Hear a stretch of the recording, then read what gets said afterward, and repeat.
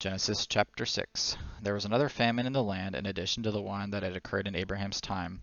And Isaac went to Abimelech, king of the Philistines, at Gerar. The Lord appeared to him and said, "Do not go down to Egypt.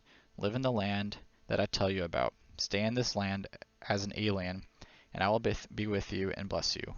For I will give you all these lands to your offspring, and I will confirm the oath that I swore to your father Abraham. I will make your offspring as numerous as the stars of the sky. I will give your offspring all these lands, and all the nations of the earth will be blessed by your offspring.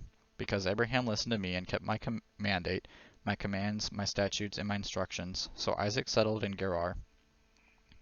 When the men of the place asked about his wife, he said, "She is my sister." Well, like father, like son, for he was afraid to say my wife, thinking the men of this place will kill me on account of Rebekah, for she is a beautiful woman. When Isaac had been there for some time, Abimelech, king of the Philistines, looked down from the window and was surprised to see Isaac caressing his wife Rebekah. Abimelech sent for Isaac and said, "So she really is your wife? How could you say she is my sister?" Isaac answered him, "Because I thought you might die on account of her." Then Abimelech said, "What have you done to us? One of the people could have easily slept with your wife, and you could have brought guilt on us." So Abimelech warned all the people, "Whoever harms this man or his wife will certainly be put to death." Isaac sowed seeds in the land, and in that year he reaped 100 times what he had sown, or what was sown. The Lord blessed him, and the man became rich and kept getting richer until he was very wealthy. He had flocks of sheep, herds, and cattle, and many slaves, and the Philistines were envious of him. Philistines stopped up all the wells and his father's servants had dug in the days of his father Abraham, filling them with dirt. And Abimelech said to Isaac, "Leave us, for you are much too powerful for us." So Isaac left there, camped in the Gerar valley, and lived there. Isaac reopened the wells that had been dug in the days of his father Abraham, and that the Philistines had stopped up after Abraham died. He gave them the names of his father had given them. Then Isaac's servants dug in the valley and found a well of spring water there.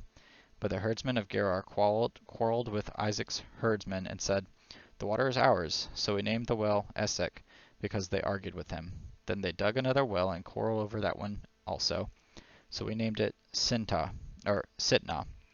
He moved from there and dug another, and they did not quarrel over it. He named it Rehoboth, and said, "From now the Lord has made space for us, and will be fruitful in the land." From there he went on to Beersheba, and the Lord appeared to him that night and said, "I am the God of your father Abraham. Do not be afraid, for I am with you. I will bless you and multiply your offspring because of my servant Abraham." So he built an altar there, called on the name of the Lord, and pitched his tent there. Isaac's servants also dug a well there.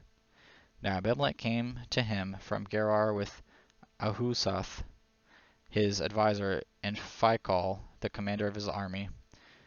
Isaac said to them, "Why have you come to me? You hated me and sent me away from you." They replied, "You have clearly seen how the Lord has been with you.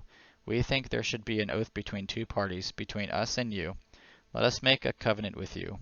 You will not harm us, just as we have not harmed you, but have done only what was good to you, sending you away in peace.